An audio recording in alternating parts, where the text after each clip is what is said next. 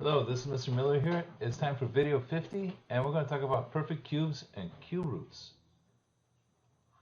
The first slide here, I have a couple cubes, and we're given the volume of the cubes.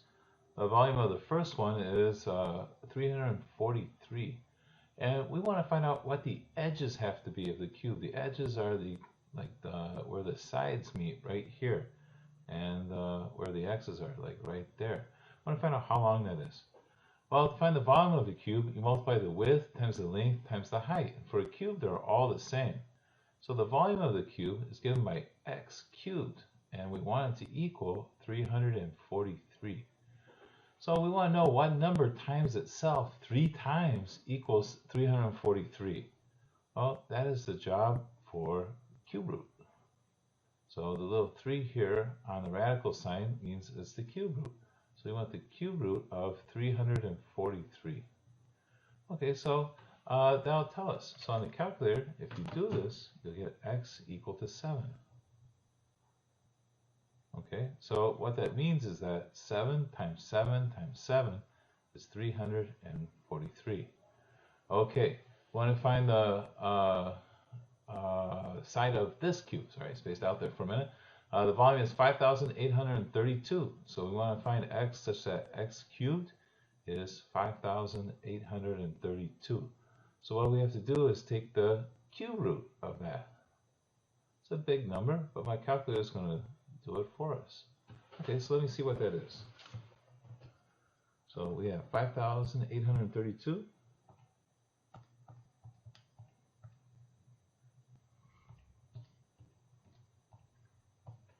I get 18. Very good. So x equals 18. Cube root, very useful key there. Okay. Now, we have to know how to simplify cube roots. We're not going to do as much with cube roots as we did square roots. They actually kind of work in a very similar way. But simplifying them, that's enough. Okay, so first we're going to list the 7 perfect cubes. So the first perfect cube is 1 cubed, which is 1. The next perfect cubed is 2 cubed, which is 8.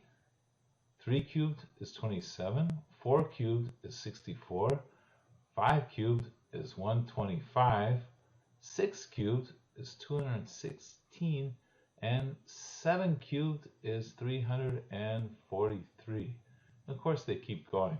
They get big rather quickly. Okay, so we're going to use these to simplify these cube roots. So cube roots can be broken up like square roots. But instead of looking for the largest perfect square that goes into the number, I'm going to look for the largest one of these perfect cubes. So we take 72 and we see if we can divide it by 8. And the answer is yes. So I can break up the cube root of 72 into the cube root of 8 times the cube root of 9. Okay, so remember we're taking cube roots. This is the one we can do. The cube root of 8 is 2. And we're still stuck with the cube root of 9. There we go. That's simplified. So same idea, but we're working with cubes. So the cube root of 54. 27 goes into 54. So this is the cube root of 27 times the cube root of 2. The cube root of 27 is 3. So it's 3 times the cube root of 2. All right, we're doing good. Cube root of 24, no problem. 8 goes into that. So we can break this up into the cube root of 8 times the cube root of 3. This one is just equal to 2. So it's 2 times the cube root of 3. All right, we got 2 left. 1,000 goes into 4,000. I know that wasn't listed up there, but 10 to the third is 1,000. So we can break this up into the cube root of 1,000 times the cube root of 4. Cube root of 1,000 is 10, and that's times the cube root of 4.